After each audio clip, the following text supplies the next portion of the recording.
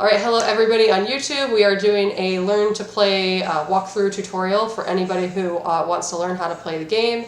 You can also watch the individual learn to play videos in the learn to play video playlist on YouTube. Those are like short and sweet, like 2 minutes, you know, each video covers one topic. This is going to be a full playthrough. Right now at the beginning, I'm expecting it'll take somewhere between 15 and 30 minutes depending on how many questions my student here has. So we have ZZ Top, aka I'm a Moth, and he's asked me to call him Moth, so hi. And you're calling in from the West Coast, right? Which state are you at?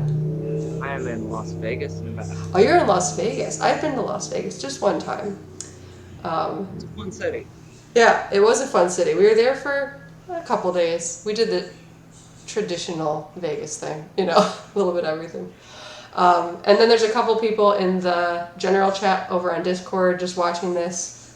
Just make sure you guys mute yourselves. It looks like everybody already did, so that we don't accidentally pick up some side chatter in the YouTube recording. Okay, so to get started, welcome to Flawed. One thing that I can't show you digitally, which is really cool about our game, and I'm going to steal some cards out of your deck to do so, actually. If it would let me. Does it let me draw it? There we go. I stole some cards from your deck. So one of the really cool things about this game is that each card is, we say, inherently flawed. So for example, here is an Underwater Spearmint, and I'm going to rotate that around so you can see it on your side. And I'm going to put an Underwater Spearmint here. I'm also going to be picking these up on my side for the YouTube recording. But as you can see, there are 2 copies of Underwater Spearmint, but they look a little different, don't they? One of them has like a bunch of water around it, and the other one has some water, but also some green around it. Do you see that? Yes, I do. So in real life, if I had a physical card to show you, the green and blue outline on the one card that has like the vines and the water waves, and then the all blue outline and the water waves on the second one, that part of the card is called an essence. And in real life, it's printed on a clear transparency. And the actual artwork of Underwater Spearmint is printed on a cardboard card that's like a traditional like Magic or Yu-Gi-Oh card. So all of the like border and all of that artwork around the border is from a clear card that sleeves in with the cardboard card behind it. And so when you're doing your deck construction, it's extremely customizable because not only are you building your deck, you're also deciding which essence do I want to put on top of the cardboard card. And the essence choice does 2 things. The first is it acts as your mana base if we're using Magic terms, because you said you played Magic. So the first Underwater Spearmint that says it has infused water essence on top, that is kind of like an island in Magic. And the other one has like a tropical island. It's like a dual land. It's got earth and water on it. So the essence acts as your resource base, your mana base for actually like casting and playing spells, but it also adds text to the card. And this is also something that I would have been able to separate for you in person if we had physical cards. But the Underwater Spearmint has infused water essence on it. You see those first 2 lines of text that say Event Bound Evasion 1 and Evasion 1. That text is actually from the clear card on top. So some of the clear cards actually add lines of text or add some stats to the card. Let me show you another good example. So like this one right here, which is Life Cycle Warden. You see on the side where it says Speed 2+1?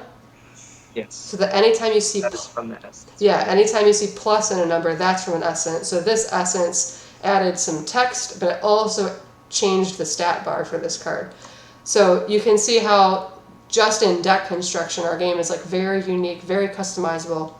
You can make each individual card work as an aggro card, a control card. You can make it in like a red-blue deck or red-green deck. It's got your mana fixing in there as well as like designing the card for how you want it to be.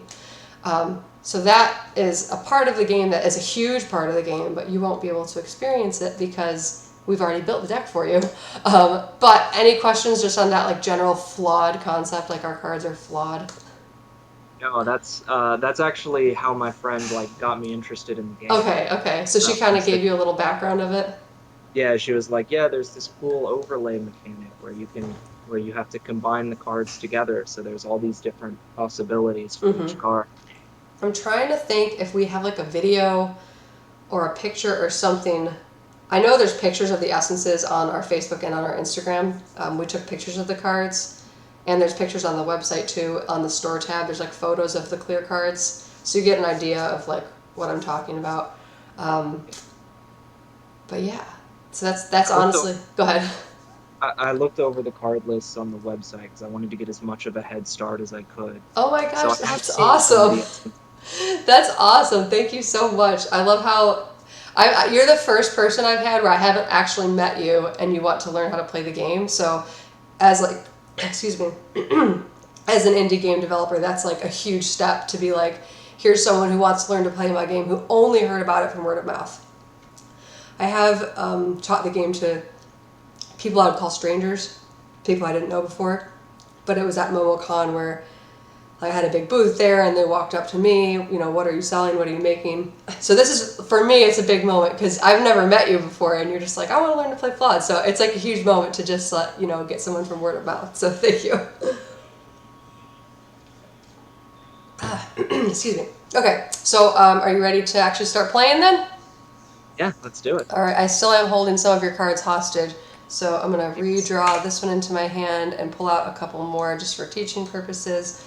Because you said you played Magic, I might use some Magic terms just because it makes teaching faster. We have like our own little language being card gamers. So in our game, you have, like I had mentioned, the cardboard card and the clear card. The first thing I'm going to do is go over anatomy of the card. So if you would just like make your, let's say, Underwater Spearmint, make it big so you can look at it while I'm talking about it by holding that Alt key. Yeah, there we go. You're looking at it big? Yes, I am. Okay, so the first box says Underwater Spearmint, that's the name of the cardboard card. The next box says Infused Water Essence, that's the name of the clear card that's on top of it. So those are just like the titles of the cards. Underneath that you have the super type of the card, so a unit human soldier, that's kind of like the equivalent of a creature in Magic, and then human soldier is just what kind of creature it is. If you skip over to Absorb Magic, which is next to Underwater Spearmint, that one is an event. Do you see that one? So this is like a spell or something. The way I describe it in Magic terms is if you look at the speed of an event, if the speed is 0, it's like a sorcery in Magic where you have to play it on your turn. If the speed is 1 or higher, it's similar to an instant where you can play it on your turn if you want to, but you can also interrupt the stack with it. So event is a sorcery or it's an instant depending on how much speed it has. And, you know, some cards have speed 0, but then it's built with an essence on it that gives it speed. So it's like, well, it was a sorcery, but I designed my deck to make it an instant, which is why that like speed stat is important on events. Yeah, and then it becomes reactable. And like then, yeah. And the speed and the stack does have other things in the game. Usually I'll just talk about the stack and the speed as it becomes relevant because there's so many different things that it does. But that's the first thing. And then if you hover over the spear, it's called Light Lance. That one is an item linked to a unit. That is similar to an enchantment aura in Magic. So this is going to be like enchanted on the back of a unit, and you want to picture like the unit is holding the Light Lance. It's got this extra weapon that gives it some extra effects. And if that unit dies, the unit also would go to the discard pile. It is not an equipment. In Magic, equipment's like when the creature dies, the equipment stays around. And you can like move it around. Yeah, it's not like that. If the unit leaves play, then the item linked to a unit goes to the discard pile. So that's that card type. And then, just for the sake of the YouTube video, I'll add in a couple little rules here. Each player can put one item linked to a unit per unit. So like I can put an item on your Underwater Spearmint and you can put an item on your Underwater Spearmint, but that's it. We only get one each per unit, so you can't like stack up a bunch of lances on your Underwater Spearmint. So you can't like stack a bunch of items and like OTK with it. No, you can do one unit. You can put one item on a unit, and I can put one item on that same unit. So it's like one item per player per unit. Got it. And then if you hover over your shrine, that is an example of the final card type that you'll see in these demos, which is a structure. This is specifically an epic structure In deck construction, a super type that says epic means you can only have one of that name in your deck. So you can only have one card named the Great Oak in your deck. This specifically becomes relevant to the Great Oak in later sets, because later sets there is a card that is a unit called the Great Oak. So for example, you couldn't play the unit the Great Oak in your deck if your shrine was the Great Oak, because they're epics. But a structure is similar to an artifact in Magic. It stays in play in the combat zone. It itself doesn't attack. It just kind of sits there and will have either like a passive effect or an active effect. You just read it and do what it says. Structures are interesting because they can be attacked directly as like a source of where you, when you do your combat, you can choose to attack structures and try to get them off the board that way. That makes sense. But we'll get into combat in some more detail. So those are the main card types. In your deck, the only structure you have is your shrine. And the shrine starts the game in play, it stays in play for the whole game. I have a couple other structures in my deck that I can play, but I don't have any items in my deck. There are, for the sake of the YouTube video, there are some like continuous event cards. So there are a couple other super types that aren't in these demo decks, so I don't usually bring them up just because they're not in the demo decks, so we're not going to see them. But you might see them like on the website. Okay, so in this game, you win by attacking the opponent's shrine and dealing enough damage to kill whatever its health points are. So your shrine has 21 health points, and my shrine, Hall of Shadows, has 19 health points. So if you want to win, you have to deal 19 health points to my Hall of Shadows, and you'll do that either by attacking it directly with units or casting events that deal direct damage right to the shrine. But that's your goal, is to destroy my shrine. And the shrines are all unique. In set 1, there's one for each faction.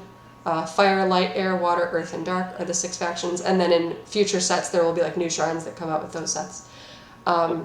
Okay, so going back to Underwater Spearmint, so make that one really big. Also, pausing, do you have any questions?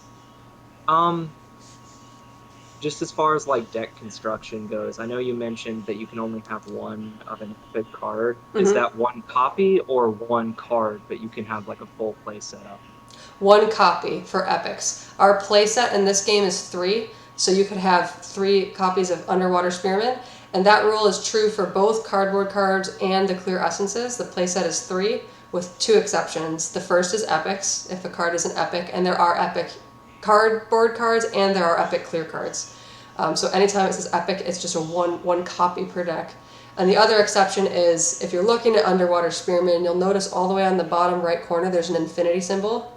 You see that?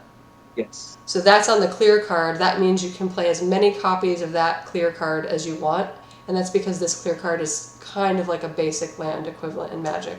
Whereas if you were to hover over Absorb Magic, that essence doesn't have an infinity symbol, which means it is bound to the playset of 3 rule. Cool.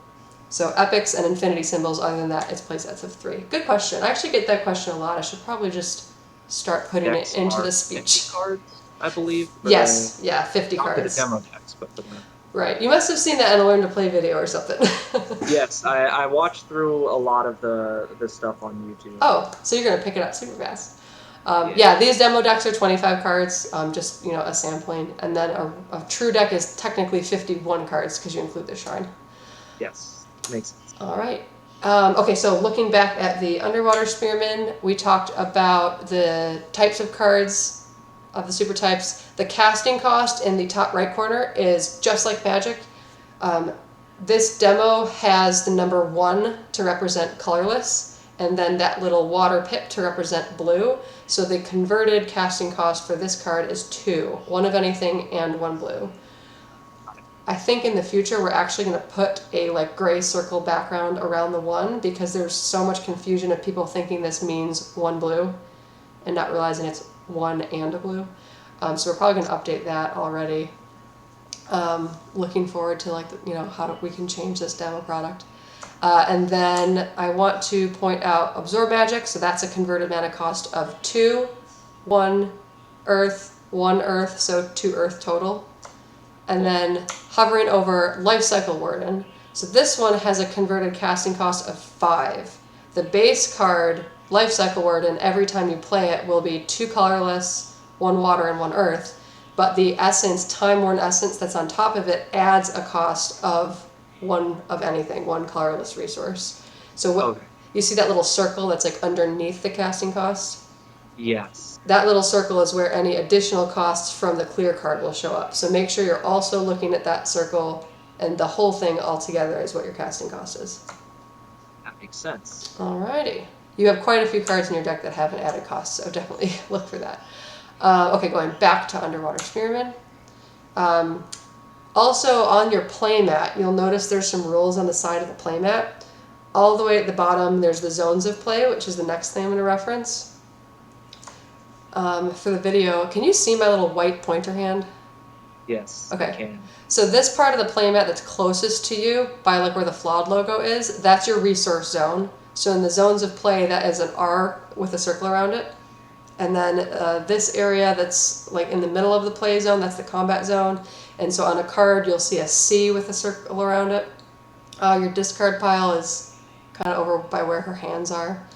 And that will say D with a circle around it for dead zone or discard pile. And then the stack is not a physical place to reference, it's just while something is hoping to resolve. So there's not really like a spot to say. You're familiar with the stack as you played Magic before. So that's an S with a circle around it. So if you look at... I'm actually not sure how the stack works in this game. That was going to be one of my questions. Yes, and I will explain how it works, but at this point, you just understand that the stack isn't like a physical spot on the board. It's more of a concept of a card being on the stack. The stack is something that I teach when it comes up because it's too convoluted to say at this point. I'm just going to lose you anyway. Yeah, there wasn't a video on that in the past. I know. There's so many videos that we say, for more information, see the video on the stack, and we haven't made the stack video yet. And there's so many videos where we reference that video and we haven't put it up yet. Okay, so on the Underwater Spearmint, you'll notice it's got 3 lines of text. The first line says, like, on the stack, it has this text. In the combat zone, it has this text. And then this combat zone, it has waterbound. And then on the side, you'll see there's an R with a little tap symbol and then the water symbol. So all of this means wherever the card is in play determines which text you read. So when you have this card, Underwater Spearmint with Infused Water Essence, when that's in your hand, you decide, do I want to play this as Underwater Spearmint or do I want to play it as Infused Water Essence? You pick one or the other. If you want to play it as Underwater Spearmint, then you pay the cost, which is 1 and a blue, and it goes into the combat zone, and any text that has the C combat zone in front of it, that text is now active and you consider it. If you choose to play this card as Infused Water Essence, you put it in your resource zone, and then only the text where it's an R with a circle around it is considered and active. So this card would only exhaust to create a water if it was in the resource zone, and all that other text you would just ignore it because it's not in the combat zone. Does that make sense? Yes. Okay.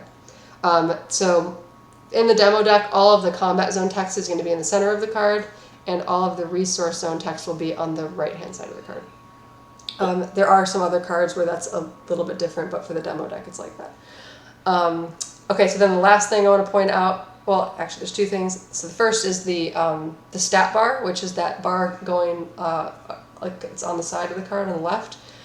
So speed, we kind of already mentioned in terms of events being sorceries or instants. I will reference speed when it comes up in gameplay. I'm not going to talk about it right now. Power is how much damage a unit deals in combat, and then HP is health points, how much damage a unit can take or a structure can take before it's destroyed. You probably already knew that because you came prepared, you studied. Yes, I did my homework. You did your homework. And then on the bottom, there's like a little window going across the bottom of the card. The D is our set symbol for demo deck. If it's white, that card's a common. Silver is uncommon, gold is rare, and purple is epic. There's a little artist credit. This one's Untongued Forevers. There's the copyright. And then all the other stuff down here is deck construction stuff. So for this card, Underwater Spearmint, we already talked about the infinity sign. The 3+2, that 3 is the card construction cost for the cardboard card, and the +2 is the card construction cost for the clear card. Those 2 numbers together can't go over 6. So that's another like deck building constraint. If you want to put an essence on top of a cardboard card, it must be under 6. If it's over 6, that's not a legal combination. Got it. All right, so that is all the rules I have before we actually start shuffling up and playing. Did you have any questions? No, I'm about ready to start. Okay, I'm going to flip all of these over 1 second. And I'm going to put them all back in your deck for you. Oh my goodness, I'm going to go like this. And try to select them all. Oh, let me flip them all like this. Stack them all up there, and I'll shuffle your deck for you. Alright, so the first thing I want you to do is draw 6 cards into your hand. I'm going to teach the Mulligan Rule for the sake of the YouTube video, but I don't actually want you to follow along for this part.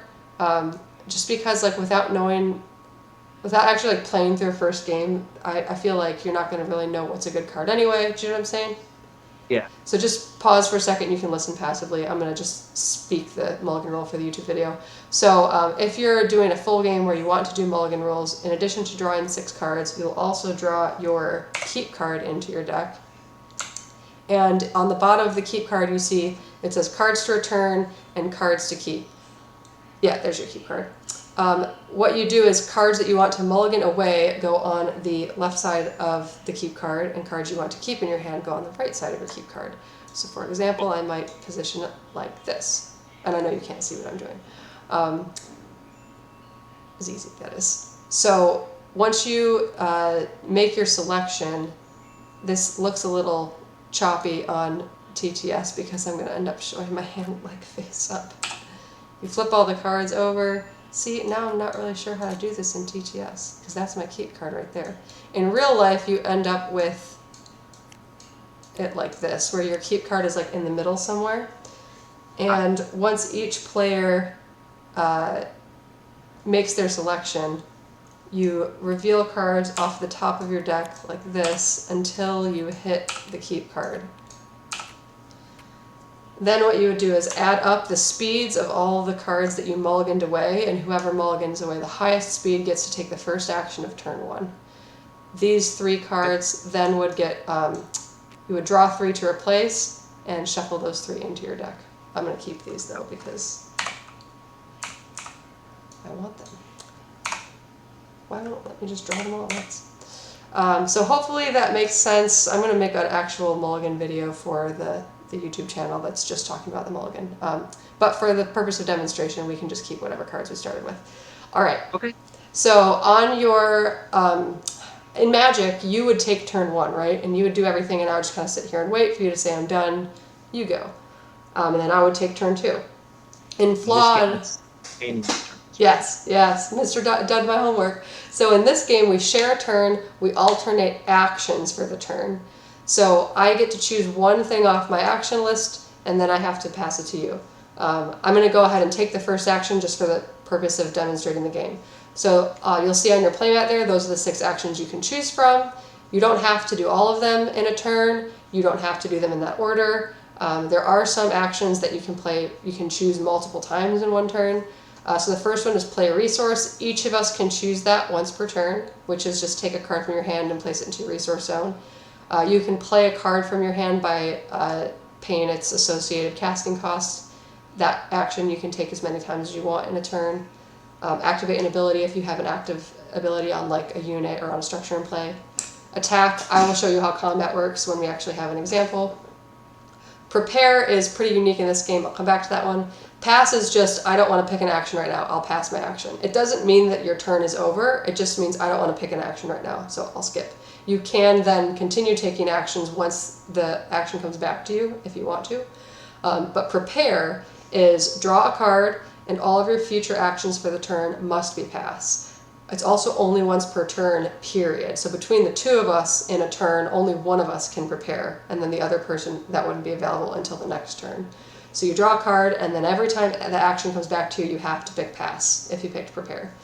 At any time, if the actions are back-to-back pass, like you pass and then I pass, that signals the end of a turn, and we would go to the next turn.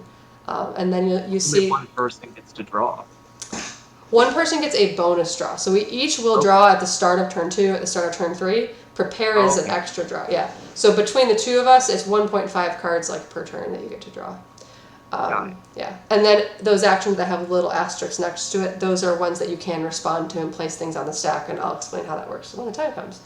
All right, so to start turn 1, I'll go ahead and go first just for the sake of demonstration, and I will choose play a resource as my first action. I am going to choose this card. It is going to be a Pure Dark Essence, And we usually put the resources in play upside down.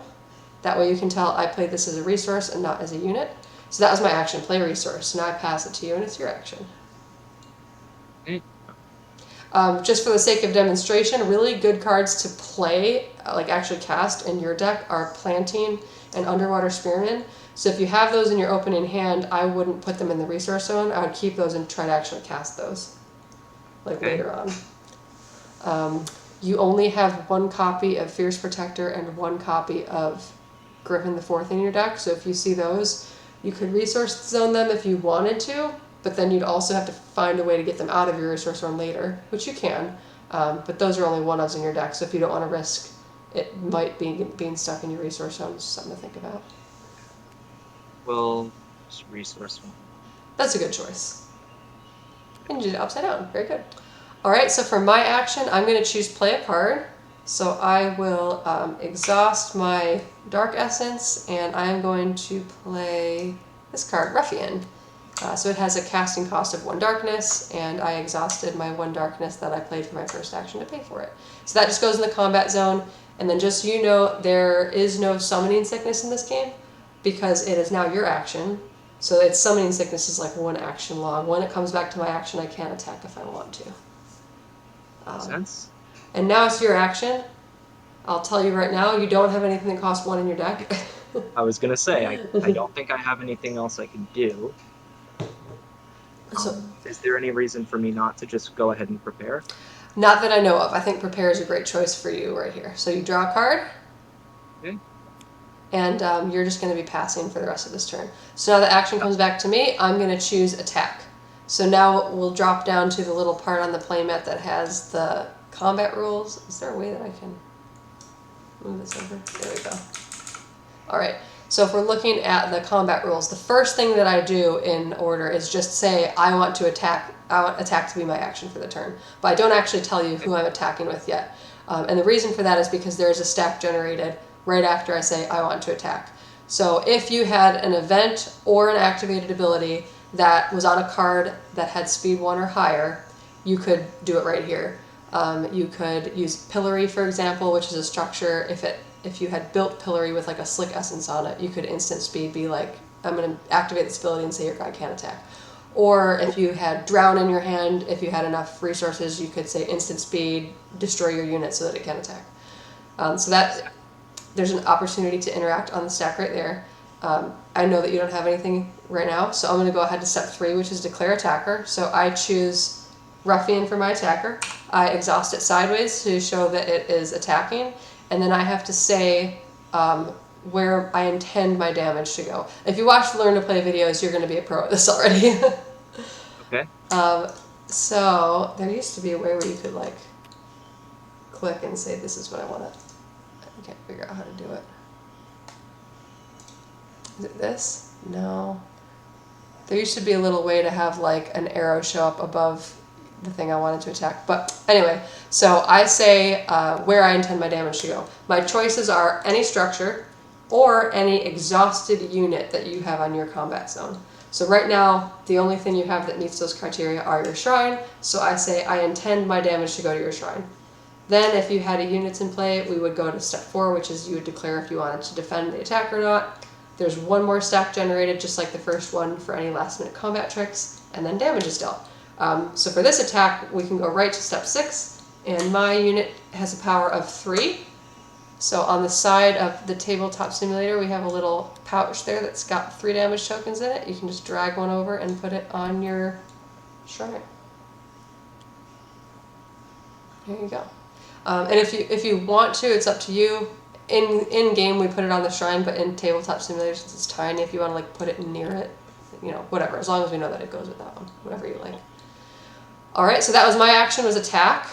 We'll do a couple more combats later that show like what happens if I defend, what happens if I attack your unit directly, etc. But now it's your action. Since you prepared, what do you have to choose for your action? Pass, right? Exactly. So it comes back to my action. I'm also going to choose pass. So that was a back-to-back. You passed, I passed. So the turn automatically ends, and we go to turn 2. To start the next turn, we each draw a card. You recover any exhausted cards, aka you untap anything that's tapped. just like this. Now, for every other turn besides the first one, how do we figure out who takes the first action? We calculate something called initiative. Initiative is the speed of all of your units in play added together, plus if your cards have any initiative bonuses on them. The card I put in the resource zone is an example of where it says like +2 initiative, +2 initiative. So all of that text is only active in the combat zone, but it's a good example of like a card that would give initiative bonuses. But since I resourced this, it doesn't count right now. So my initiative score right now is 2 from the 2 speed on my ruffian, and yours is 0. So that means I get to take the first action. Does that make sense? Yes, makes sense. All right, so for my first action, I am going to choose the attack action. So again, I'm going to skip this stack that's generated because I know you don't have anything, because I know this game too well. I'm going to declare Ruffian is attacking your shrine, and Ruffian has a passive ability. If this card attacks as the first action of the turn, it gets +1 power until end of turn. So this attack is for 4 damage on your shrine. 1 these and 1 of these. Yeah. So that was my action, now it's yours. I am now at 7 damage, correct? Mm-hmm. You got a lot though, you got 21. You have a decent amount to work.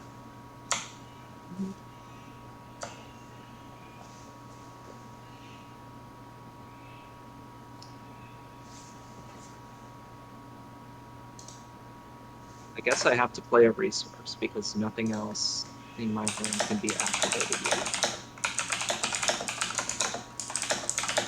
I got 2 of these guys, so I'm gonna go ahead and just pitch one of them here. Alright. You told me what's in your hand, lucky me. Okay, so I remember at the beginning of this video I said I suspected this tutorial was going to be 15 to 30 minutes. It's already been 31 minutes. Alright, so you played a resource. I'm going to follow suit and also play a resource. I think I'm going to put a fire resource in play. Alright, go ahead.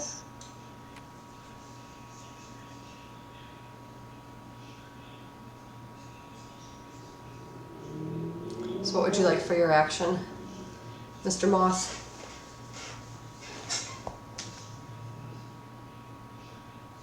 Couple of choices.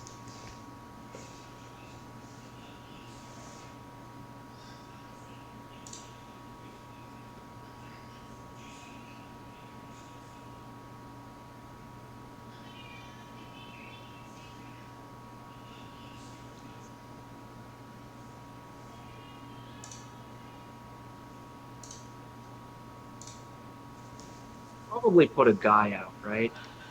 Sure, yeah. If you have an Underwater Spearmint, that's pretty good in this matchup. I like that one early on because like I already have a Ruffian that's kind of beating you down, so it'll give you a way to hopefully get rid of him. Planting is okay. I think planting might be a little better on turn 3. Planting just helps you ramp up to your like 5 and 6 drops faster. Yeah, I feel like I need to get some kind of defense going. You're doing a decent amount of shrine damage. So. Ah, there he is. Yeah. Very nice. And you are accurately exhausting your resources. All right. For my action, I am going to take the prepare action. So I'm going to draw a card, and it goes back to your action. Why won't it draw a card? There we go. All right. What would you like to do for your action? I think you should attack. I was gonna say I have a couple of attack choices. Yes, you do. All right, so let me tell you what would happen if you attacked Ruffian, and then you can tell me if you want to attack the Ruffian or if you want to attack the Shrine. So if you were to attack an exhausted unit directly, you would exhaust your Underwater Spearmint and declare your intent is for the damage to go at Ruffian. Then once we got all the way down to step 6 of combat, which is damage is dealt in descending speed order, which means whoever has the fastest speed deals all of their damage first. So your Underwater Spearman has a higher speed of 3 compared to my 2-speed Ruffian. So your Underwater Spearman would deal 2 damage, which would kill my Ruffian because I only have 2 health. My Ruffian would then go to the dead zone. Then the game would check and see if the Ruffian's still around. It would deal damage back to the Underwater Spearman, but it's not. So it's basically a free slay, if that makes sense. And then if you were attacking if you're doing combat between units that had the same speed, they just both deal their damage at the same time. Okay, so they can like trade. Yeah. Now, you do have to defend with a unit that you are able to exhaust. So if you chose to attack my shrine right here, I don't have a legal defender because my ruffian's already exhausted, and you have to be able to exhaust to defend. So you can get a free 2 damage right on my shrine. You know it's going to go through. I don't have any defenders. Or you could just get the ruffian out of the way and just kill it. Your choice. I feel like if I don't get the ruffian out of the way, you're gonna play another guy. It's possible. If I did play another guy, it would be next turn because I already prepared. Yes. So you know at least for this turn your guy's going to be safe. That is true. I do know that I'm not going to be attacked this turn, so I will go ahead and I will attack your guy. It's a very good thing that I'm glad you noticed that now your Underwater Spearmint is vulnerable for potentially a crack back, but since I prepared, that's not happening this turn. So yeah, that's going to go through, and so long ruffian. I'll just put it over here to the dead zone. I have to pass because I prepared. And then I have nothing else, so I will end my turn. All right, so we each draw 1 and recover all of your exhausted units and stuff. For calculating initiative, you have an initiative of 3, I have 0, so you get to take the first action. Oh, awesome. That's Yeah. convenient. It's intentional. I really like the initiative, especially for turn 1, where your mulligan determines who goes first, because it makes determining the first action a skill check and not just, let's just roll a die and see who goes first, you know?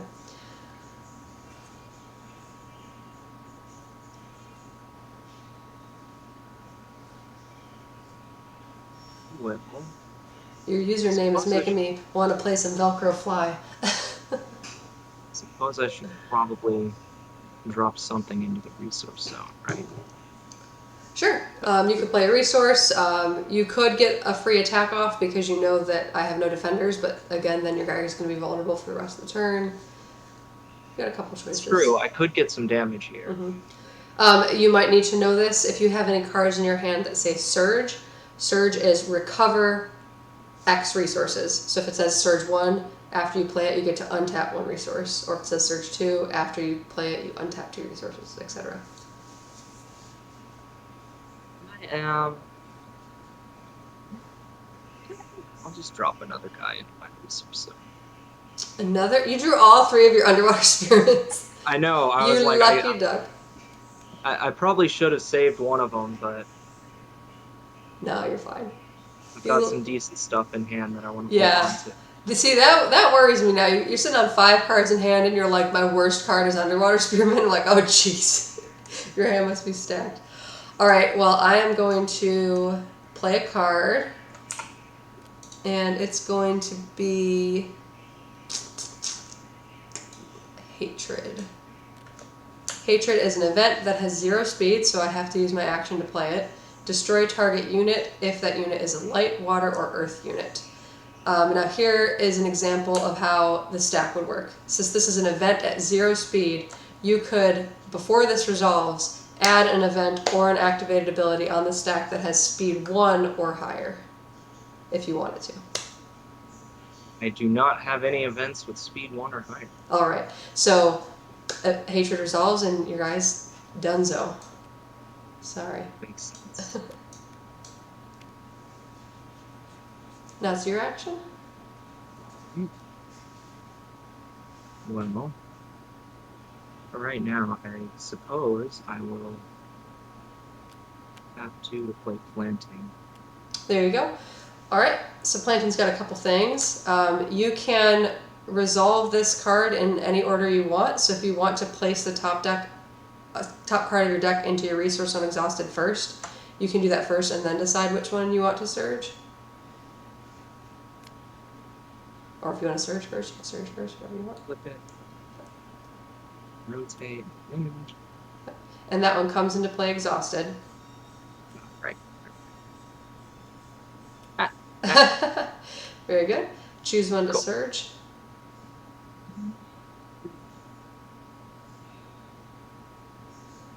What do I need? surge or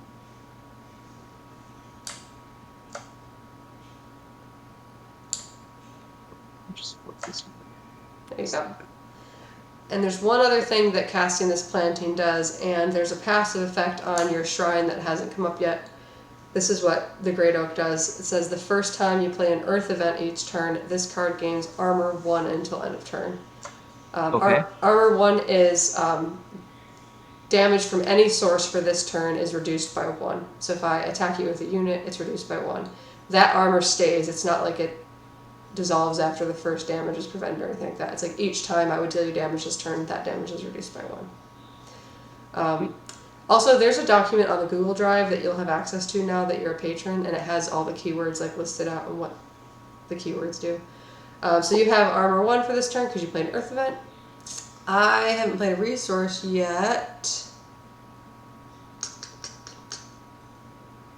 I want to play a Darkness resource, but I like both of these cards that are in my hand.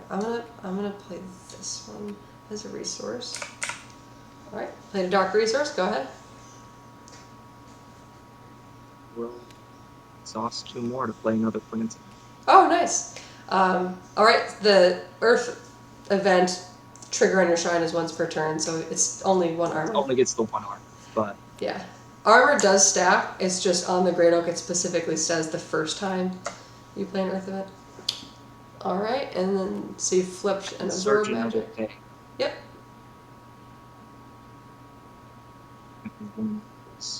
Both, so I will surge that one. I'm a little scared now because that means you're gonna be able to play a 6-drop next turn.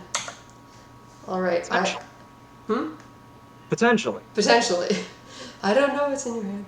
Okay, so I'm gonna exhaust and play another ruffian. Haha! I'll get you, my pretty. Your action. No 1 costs, so we'll go ahead and prepare. Alright. I will choose. Yeah. I'll choose attack as my action. I know you've got only 1 recovered resource, so it's going to be 3 damage at your shrine, but the armor will reduce it to 2 damage. Take 2 more. I guess I could move this guy back. I love the sound effects. It's like dropping a bottle on the table, even though it's just like 1 little chip. Alright. You prepared, right? Yes, I did, so I will pass. Okay. Real quick, Avery, hi, thank you for joining the chat. If you wouldn't mind muting yourself because we're recording this for YouTube. Thank you. Okay. Okay. You prepared, so you passed. I'm also going to pass. Let's go to the next turn.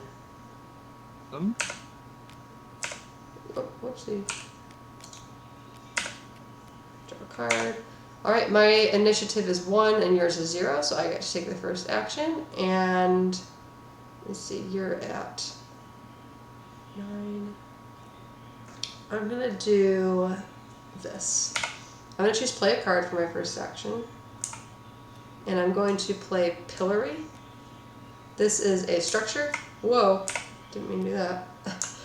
So since this is a structure, when you get to attack again in the future with your units, you can choose Pillory and attack Pillory directly. It's a structure. It only has 1 health.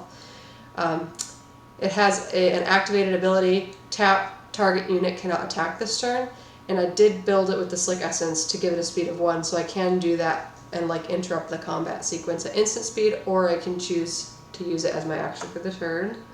That is going to trigger my Shrine's passive ability. Hall of Shadows said is if you play a dark card as the first action of the turn, when that card resolves, deal 1 damage to all enemy structures. So I played a dark card, which is Pillory. Take 1. My shrine's getting kind of low on health. I gotta get some guys out. Yeah. So you've got 11 left. 11 health left. Your action. Yes.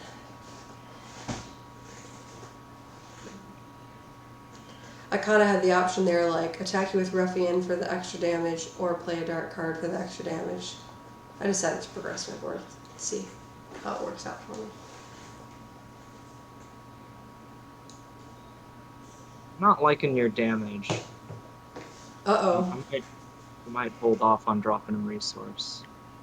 so I can get some dudes out. I don't know. I mean, you're already pretty far ahead on resources. If you wanted to wait like one more turn to get that 6th resource out, it's not like the worst choice in the world. You don't have to play Ursus every turn if you don't want to. Yeah. I feel like I should put a guy on the field.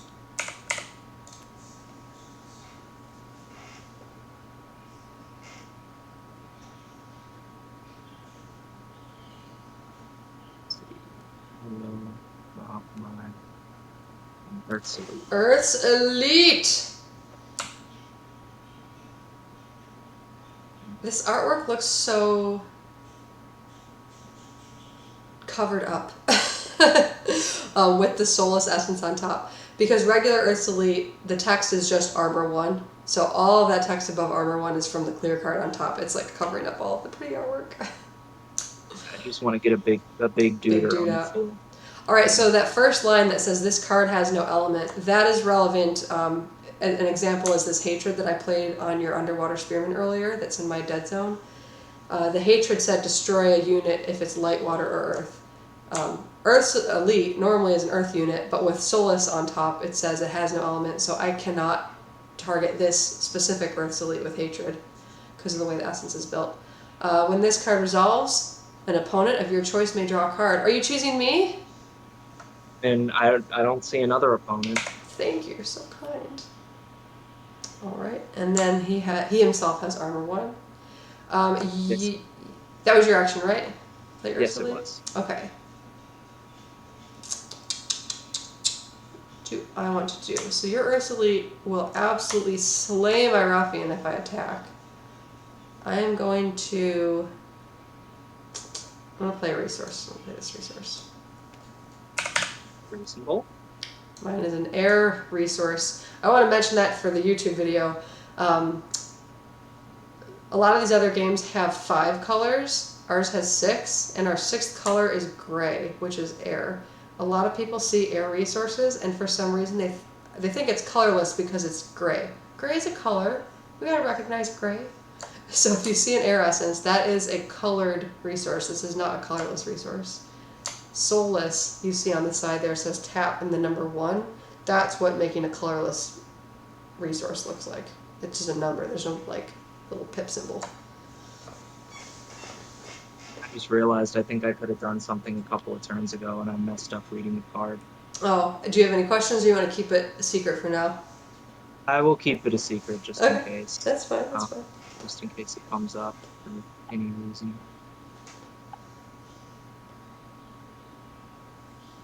I'm just going to go ahead and drop another resource. Alright, another Absorb Magic in the bin. Okay, I would like to...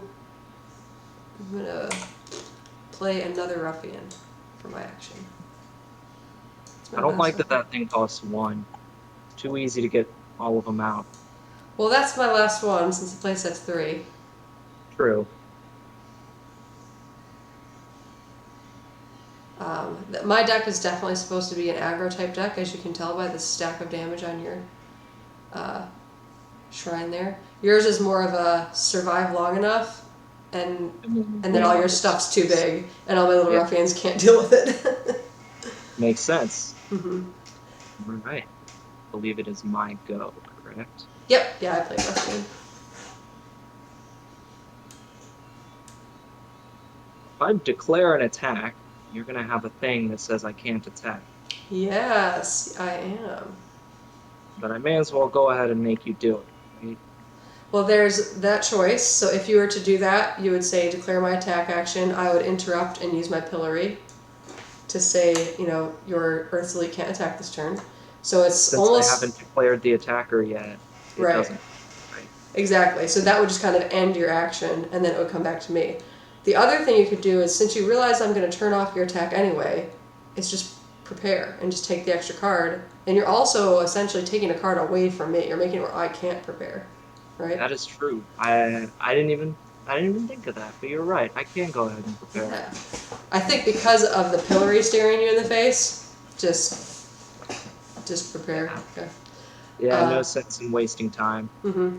I am not going to attack because you can defend with your Earth's Elite just for the sake of the tutorial. So if I were to attack, I'm not going to, but if I were to attack and declare my choice was your shrine. Actually, let's just go ahead and do it for the sake of the video. Okay, I'm going to declare an attack action. You have 2 resources up, so I know you don't have anything in your deck that's that fast. So I'll attack at your shrine. Now go ahead and declare a defender. Declare Earth's Elite as a defender. Defender. Yep. It's big. Alright, in order to defend, you do have to exhaust the unit. Okay. There you go. And I'm just going to put it right here. Nearby. Alright, so again, just like before, when you attacked my ruffian directly with your Underwater Spearmint, the same thing happens when you defend an attack. So we compare their speeds. Earth's Elite is faster with 3 speed, so he deals the full 5 power to my ruffian, which is only 2 health. So my ruffian dies. Okay. And then when the game goes to check if I'm going to deal any damage back to you, there's no unit there anymore. So your Earth's Elite survives with no damage on it. In this game, damage stays on units. It doesn't like wipe at the end of the turn the way some of these other games do. So if you did take damage on your Earth's Elite, we would like put little counters on your Earth's Elite to show how much damage you had. So yeah, you successfully defended the attack. There is no trample or anything like that, so all that extra damage from Earth's Elite, it just all went on Ruffian.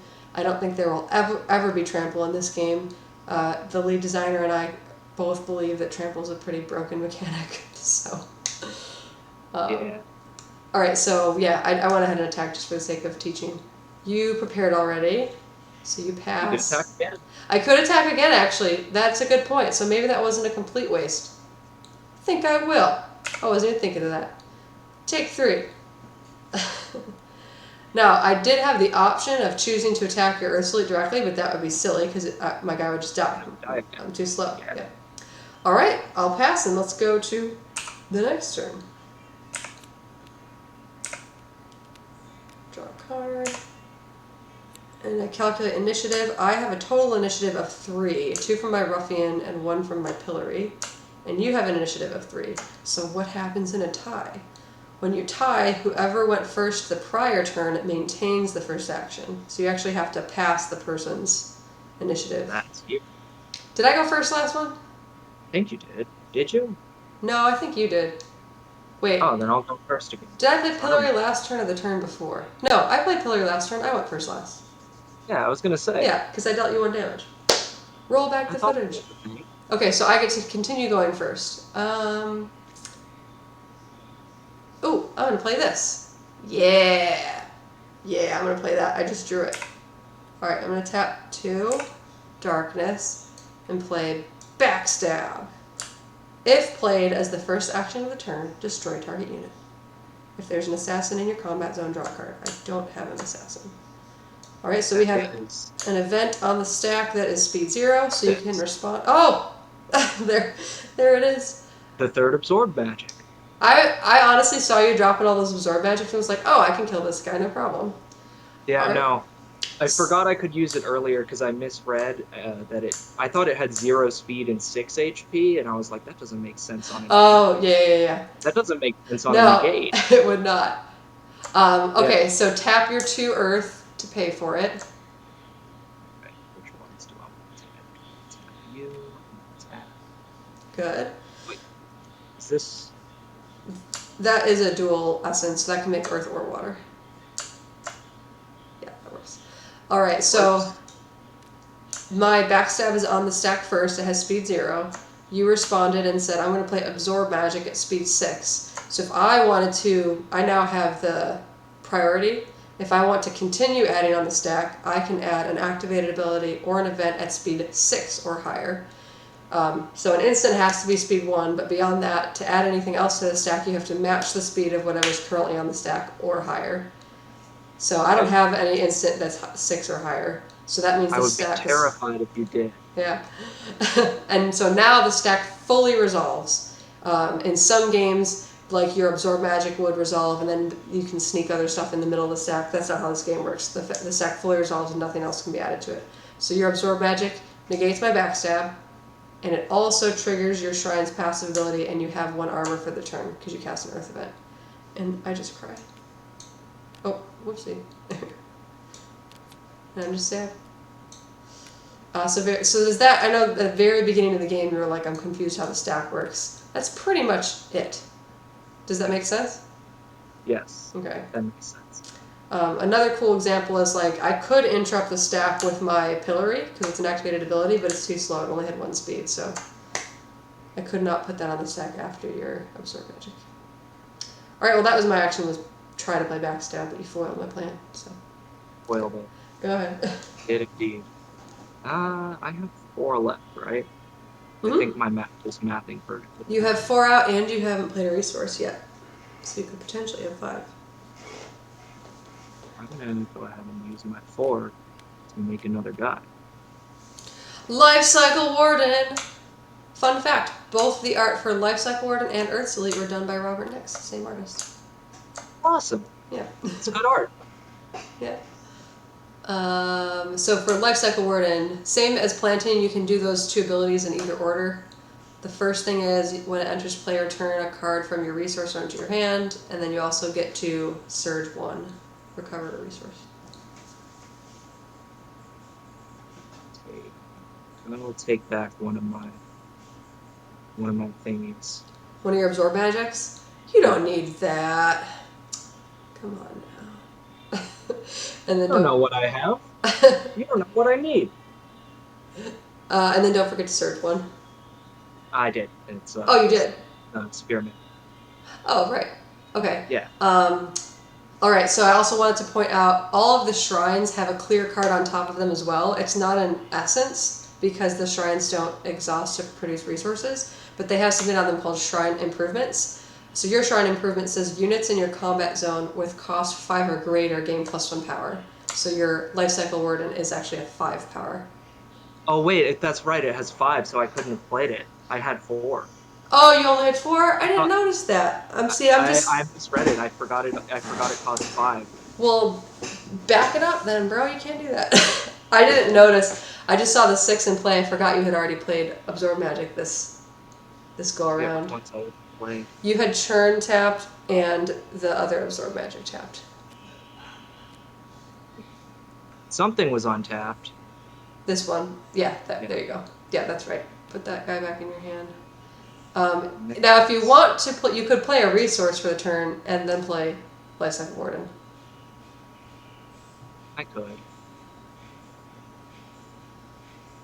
I just saw the 6 resources in play and was like, oh yeah, he's got plenty. I didn't even see that it was only 4 that were recovered.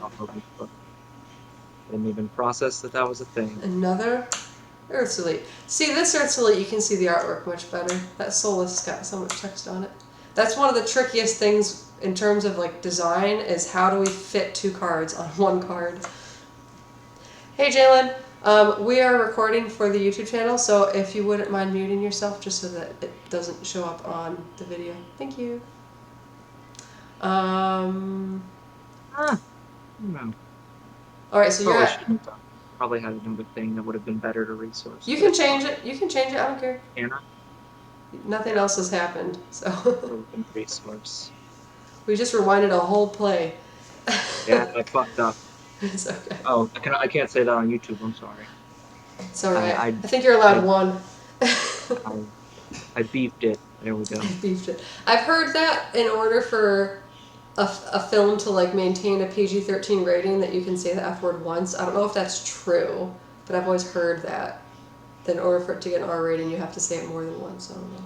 I'll stick with what I put out there. I don't want to be weird. I don't want to undo plays. I'm really upset over here on my end because I haven't been prepping at all, and now I only have 2 cards in my hand, and I don't want to play either of them in the resource zone. So I'm just gonna prepare. I'm gonna take a really lame turn. Ugh. For me, unfortunately, I still do not have 2 Earths, so I still can't play. Oh, you still don't have 2 Earths? Yeah. Oh, look at that. Yeah. You got blue flooded over here.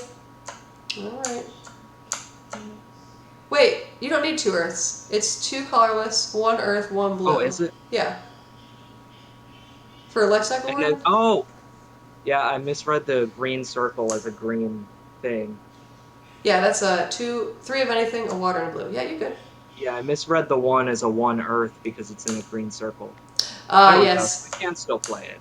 So if you look at the Earth's Elite that's in your resource zone, that's an example of adding a blue. See, it's got the actual like water droplet picture. I am blind. Oh, it's okay.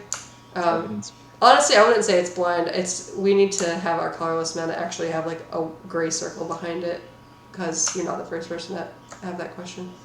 All right, so return 1 to your hand and search 1, and then now he'll be 5 power. Search 1. It probably doesn't matter which.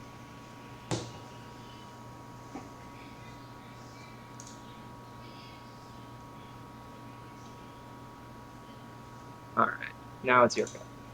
All right, I'm going to. Oh, I prepared already. It's your go. Yes. I have to pass. It is true.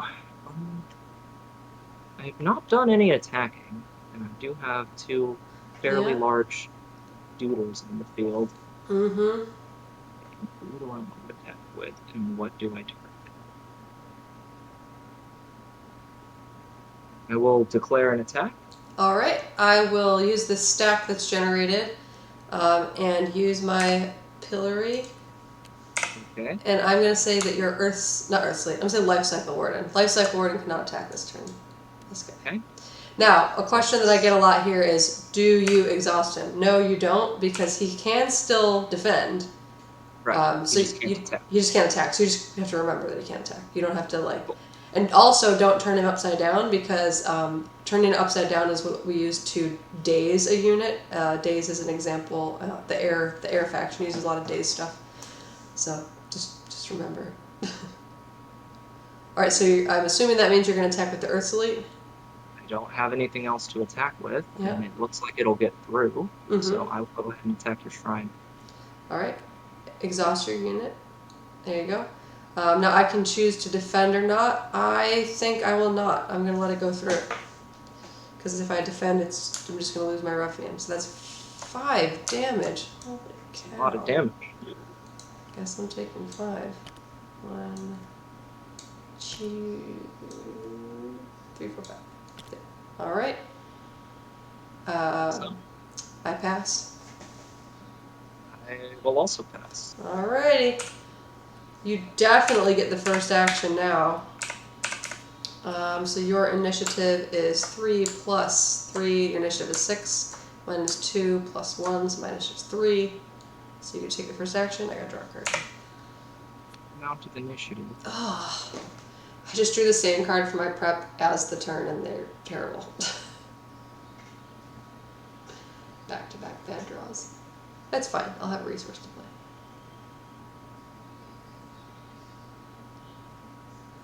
So it's your action. I will go ahead and let's start this out. I'll go ahead and declare an attack. Okay, I'm just turning all your stuff upside down. I will respond and use my pillory. Same thing. Life Cycle Warden can't attack. In that case, I will attack with Earth's Elite into your shrine again.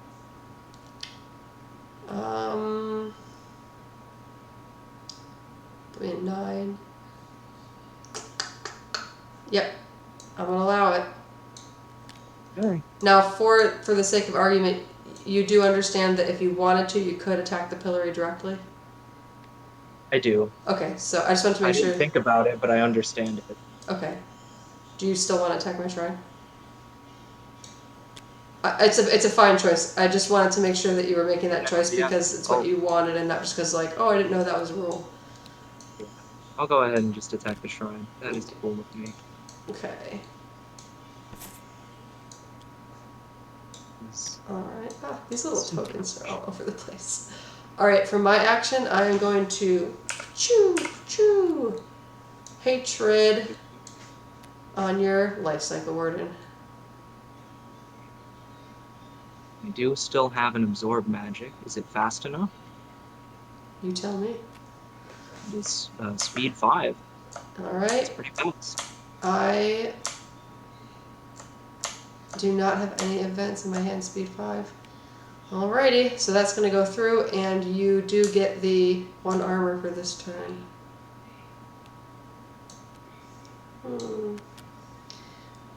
I knew you had the Absorb Magic in your hand, but I was like, well, I mean, you're going to play it eventually, so... But you forced me to use it. Yeah, I forced you to use it. At least now I see 3 Absorb Magic, so I know you don't have any more. Unless you pick up the other one. You forced me to burn some resources. Yeah, that's true. That's true. I had exactly enough on the field for a couple of plays I wanted to make, so that actually does kind of slow me down. Yes, I like to hear that. And I know that your Life Cycle Warden can't attack, at least, so he's kind of stuck there. Yes. It is my go, correct? It is. Yeah, because my action was playing the Hatred. You playing an instant does not count as an action. Also, side note, if you prepare, you still can interact on the stack. Preparing says you can't choose any actions other than pass. But when you interact on the stack at instant speed, that's not you taking an action. You're interrupting my action. So if you prepare, you can still instant speed cast stuff, and you can still defend attacks. Actually, a good point.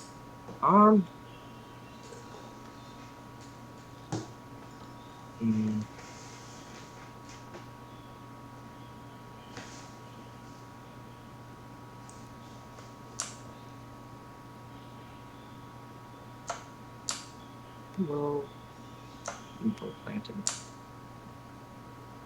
Playing a planting? Yes, I do. I play a planting. Alright. Would you like to negate it?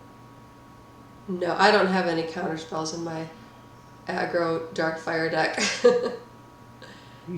That's mostly, well, no, finishing move is a fire card that counters stuff. I was gonna say it's mostly a green water thing, earth water thing, but it's in fire too. Alright, so you gotta tap green, very good, and then Surge 1, correct? Yep, place 1 card from the top in your resource zone exhausted. Very good. I hit drown. Okay. The artwork on Drown is one that I like to point out with Underwater Spearmint. So the Underwater Spearmint in the Water faction, he's like a guardian. In order to get to the Water faction's shrine, you have to swim underwater and then come up through like a hole in the ground to like get up into their shrine. So the Underwater Spearmint guards those portals. And in the Drown artwork, you can see the Underwater Spearmint like standing over the portal, and he's just so cool. Defended his territory. That was Underwater Spearmint. You can see that the like little lance he's holding is like the same. And what's also cool is it's 2 different artists. So I really loved how they were able to marry that together, even though they were both working independently of each other. A little bit of lore. Okay, so you just did planting. Did you surge 1? Yes, I think you did. Yes, I did. Okay. So for my action, I'm going to play a resource. Another air resource. I will go ahead and prepare. As you can see, we gave the new learning player all of the pretty artworks, and I still have the icons of the artwork that's still in development. We want you to have a good experience when you play. And the artwork on these looks so cool that I'm sure the dark artwork's gonna be. Oh yeah, cool. I mean, and it just comes from, we're game developers that are not associated with any company other than our own. So we're very much like have our own jobs on the side, and we're funding this like from the ground up. So it's a slow and steady process, and all of our money all of our money for artwork comes from the Patreon. So thank you so much for joining. We actually polled the patrons on our live stream tonight and asked them which artwork they want us to get next, and they picked why can't I think of the name of it? Elite Fire Soldier, which I haven't drawn yet, but when I do, I'll be like, that's the one. I'm gonna prepare. I don't have anything that I wish to do. My hand's terrible. I already prepared. Oh, you did? Yeah, I prepared last turn. Didn't you just play planting? Oh, I played a resource. Okay. I played a resource and then I prepared. Well, I'll say pass, and I'll count that card draw as my card draw for the turn. Oh, boo! I wanted an extra card. I wasn't paying attention. I was too busy talking about Underwater Spearmint.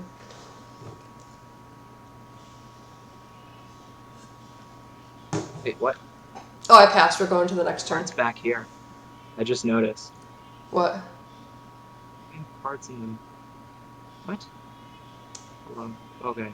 I'm dumb. I weirdness on tabletop sim that I didn't Oh, notice. okay. Yeah. Right. So I have more things, right? For initiative, yes. You are at 6 and I'm at 3, so you can go first. Is cool.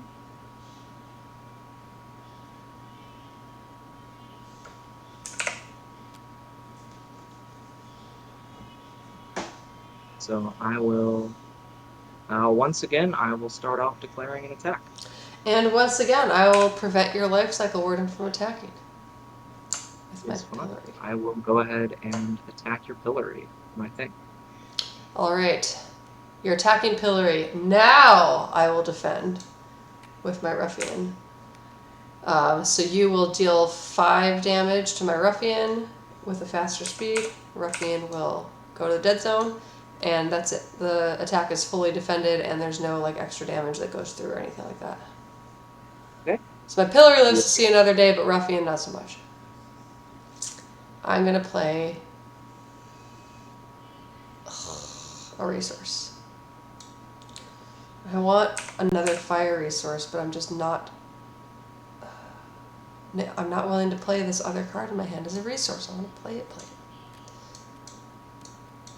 Right, go ahead. I will.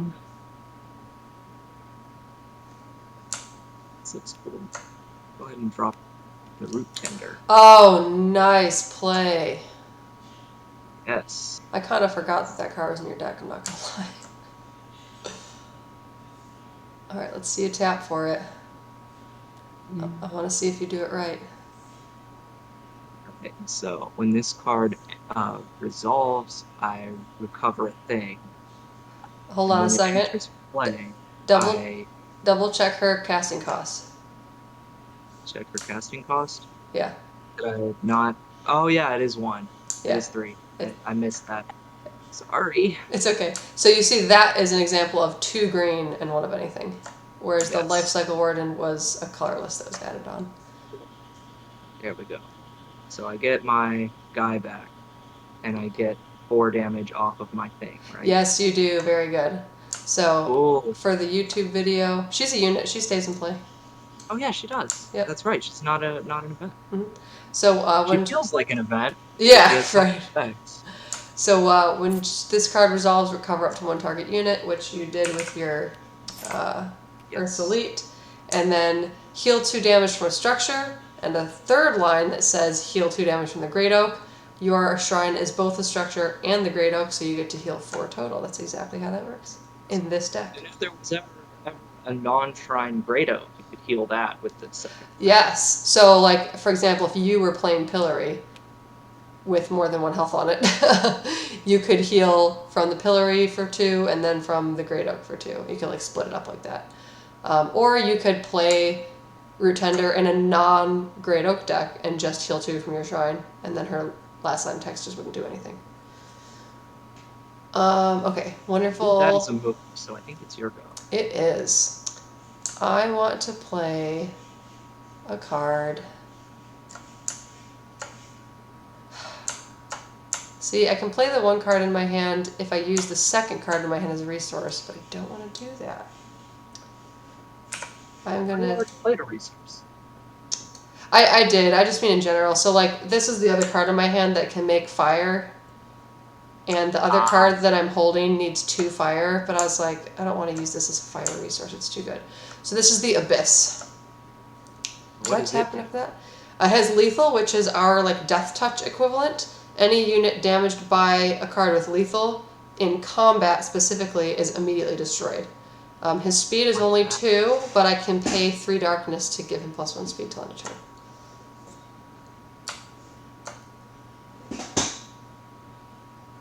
Power is 5. Can I drop Drown on it? Oh, jeez. Yeah, you can. Are you using this as your action for the turn? The I mean, reason I thought I was doing it in response. It's a speed 6. that's what I thought. So the abyss isn't in play yet. Drown is to destroy a unit that's like actually hit the field. So there are counter spells where you could counter a unit, kind of like how your absorb magic countered an event. So if you had a counter spell, you can play that right now. If he resolves, which he's going to, then on your action, you can use your action to drown it, or you can attack and use that stack generated at speed 0 to throw the drown in there. Does that make sense? Yeah, that makes sense. Yeah. Which is a more efficient way to do it, since drown is an instant. It's more efficient to attack and then drown my abyss. Yeah, that makes sense. Do them both in one move. Exactly. Cool. So it's your action. Is that what you would like to do? I mean, I don't see why not. You've been trying so hard to keep my life cycle warden from attacking. He still can't attack this turn. He still can't. Yeah. He still cannot attack. I guess I'll go. So again, the first thing you do is just declare attack action. Oh yeah, right. Yep. Now the stack generated at speed 0, I have priority. I'm not going to do anything, so I pass it to you. You're going to play drown. Then I play this. Got it. I don't have anything faster than... I have than... enough resources, because it's mostly water, right? Say that again? I'm sorry, I didn't hear you. I believe I have enough resources. Yeah, it's 2 of anything and 1 water. You got plenty of water.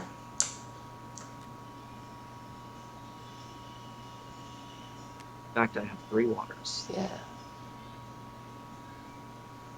Okay. So destroy target unit. If its power is less than this card's speed is 6. My unit is 5. So he done. I don't think I have anything in my deck that's speed 6. And so now you can declare the attacker. Yeah, exactly. Now I go in with this on your shrine. Yeah. Now, for the sake of the tutorial, I am going to say what happened, because there's one other way this could play out. Let's say that you declared an attack action. You declared Earth's Elite on my shrine, you said? Yes. Okay. Let's say you didn't drown my guy, and I said, I'm going to, in step 4 of the combat sequence, declare a defender. There's another stack generated in like step 5, so you could also drown it then. The same thing would happen. This would be gone. Your drown would resolve, and then when damage is dealt, the damage would go through to the intended target because it's not defended when step 6 comes around. So there's 2 ways that you could do it, just for the sake of... Makes sense. Well, I wanted to go ahead and get it off the field. Yeah, I agree with your choice for sure. Sometimes people want to wait and see, like, if I had multiple guys out to defend with, some players are like, well, I want to wait and see who you're going to choose as a defender before I choose if I'm going to drown or not. Whenever I see, like, a different situation come up, I always like to just bring it up for the sake of learning. So I have 4 left. Oh, I only have 4 left. Okay. Jeez. I'm okay with that. I don't mind. I did not prepare yet, right? No. No. I'm prepare. I'm gonna prepare. Why isn't it trying to prepare? It's a reasonable choice. Also, questions that haven't come up yet. There is no limit to how many cards you can have in your hand, and if you draw all of the cards out of your deck, there's no penalty. You just keep playing the game. And the reason for... You just play with what you have. You just play with what you have. In the demos, we run out of cards in the deck all the time because it's a half-size deck. In real life, it doesn't really happen that much. But the reason we made those 2 rules is because we don't want people to not choose the prepare action because they're like, oh, I already have too many cards in my hand.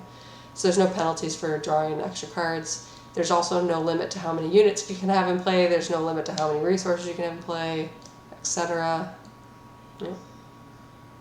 And another question I get a lot with like Root Tender, you heal damage off your shrine. Your shrine cannot like go above the health that's printed on the card. So if you only had like 1 damage on it and you played Root Tender, you would just heal the 1 off, and the extra 3 are just fizzle. I'm just trying to think of. This turn? No, I don't think so. I don't think you have. Can I do that for my next action? Sure, I prepared, so you kind of have full reign here. Yeah, throw that in there. We are Dunzo, and I have nothing else to play, so I will go ahead and end my turn. Wait, you got one more thing you can do though. Do I? Yeah? Oh yeah, I have a thing I can attack Yeah, you with. can attack with That's Root right. Tender! I forgot. I keep forgetting it's a unit. Yeah. Poor Root That's Tender. true. Would you like to attack Pillory or my shrine? Uh, Hillary has 1 HP, so if I attack it, it does go down, right? Yes, because your Root Tender will deal 2 damage, so that will take care of the Pillory. That I would do. Alright. Pillory is out of here. Goodbye, Pillory. Cool. I am A-okay with that. I'm not. I am at 4, so I'm most definitely going to lose. Alright, we're going to next Or you're going turn. to top deck a board wipe.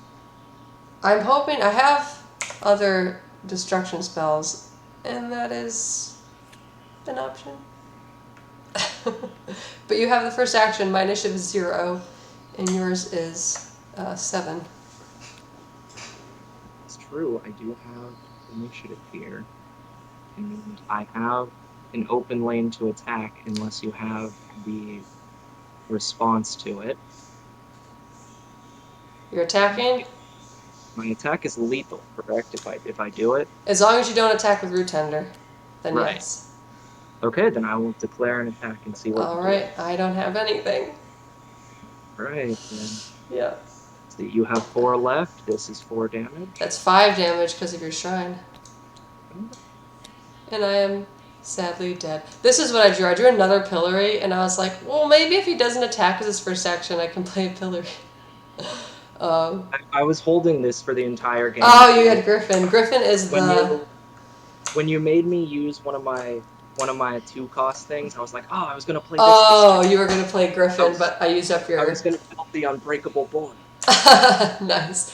So each color in set 1 has its epic shrine, and each color also has its epic unit. So Griffin is the epic unit for Earth. I just had 2 dudes in my hand, like that wasn't going to stop me from losing. And this one needed another red, and I just wasn't drawing another red. This is the Eternal Flame Soldier that the Patreon decided they want to see artwork for Eternal Flame Soldier next. It regenerates 1 at the end of the turn. So that's probably fun. Yeah. You liked it? Yeah. Would you mind giving a little feedback? What'd you think? Other than just like, I guess generally the one thing I would say is that reading the costs was a little bit weird because of the fact that there's circles even when the circles aren't doing anything. Right. I will say that we are most definitely going to change that, because that piece of feedback I think we got from every single person. Every single person. I kept thinking absorb magic was 3 because it had a green circle, but the green circle was just blank. Exactly. So a little bit more backstory about how that design came about. The color of the casting cost is the identity of like what color is that card. So looking at your Life Cycle Warden, for example, that card is a water and earth card. The essence on top of it you can tap to generate an air resource, but it doesn't change the identity of Life Cycle Warden to be air. Life Cycle Warden is still just a water and earth card. And that becomes relevant for a card like the Hatred that I kept playing, where it says destroy a unit if it's light, water, or earth. If Hatred said destroy a unit if it's air, Life Cycle Warden wouldn't count. It's not an air unit, it's a water and earth unit, and its essence makes air. Does that make sense? Yes. So when we add that little color pip on it, like with this Earth's Elite down here, that Earth's Elite was just Earth, but the compelling essence made it where now this is a earth and a water card. So it actually changed the card's identity. So the circle that you're seeing on this Earth's Elite over here, that green circle, is because the base card has a green circle to begin with, because it's green. But there's just nothing printed there. I just kept misreading that as either not a thing or a thing at the wrong times. So the circle on the other Earth's Elite is filled in blue to show that now this is an earth card and a water card, whereas the Life Cycle Warden, there's no like new circle there. That circle you're seeing is actually from the cardboard card, not the clear card, and maybe that would come across better in person. However, even saying all of that, we're still going to redesign it because everybody has had that, like, I think maybe one person did it properly. So that lets me know that this is definitely a graphic design issue and not a Like, I've tried teaching it so many different ways and people still mess it up. So I'm like, okay, there's something wrong with the graphic design of the card, because even when I teach it differently, people still miss it. So we're probably going to take those 2 title boxes and end them before the casting cost and redevelop that casting cost area to be its own separate thing that's not connected to those title boxes at all. And it kind of forces you to like look at it all at once. And then we might make that added cost circle like clear to start, and it only adds a color if you put Okay. an essence on it. Yeah. If that It makes was sense. just I'm an idiot, so it's easy for No, me to it's forget not stuff. because you're an idiot. Honestly, it's, the design concept was a good starting point, but everyone has missed it. So it's not that you're an idiot. It's just it's not an intuitive design, and I need to fix it. The other thing that you don't get to appreciate on the computer is that the little tap to produce resource on the side. On the computer, it's easy to see. In print, it's way too small. So we have to make that tap on the side needs to be much bigger. The casting cost symbols in the top corner needs to be much bigger. And then the little on the stack in the combat zone, like circles, those need to be much bigger. So the template's going to change a little bit, but for the most part, I think we're there. Yeah. If Yeah, you're they look really good. The yeah. designs look clean. Thank you. Hold on, I'm gonna stop the YouTube recording real quick. Thanks everybody for watching our hour and a half long Learn to Play video. And again, we have Learn to Play videos, like little snippet videos if you want to check those out. And don't forget to join our Patreon, growing community at patreon.com/FloodCardGame. Thank you, bye.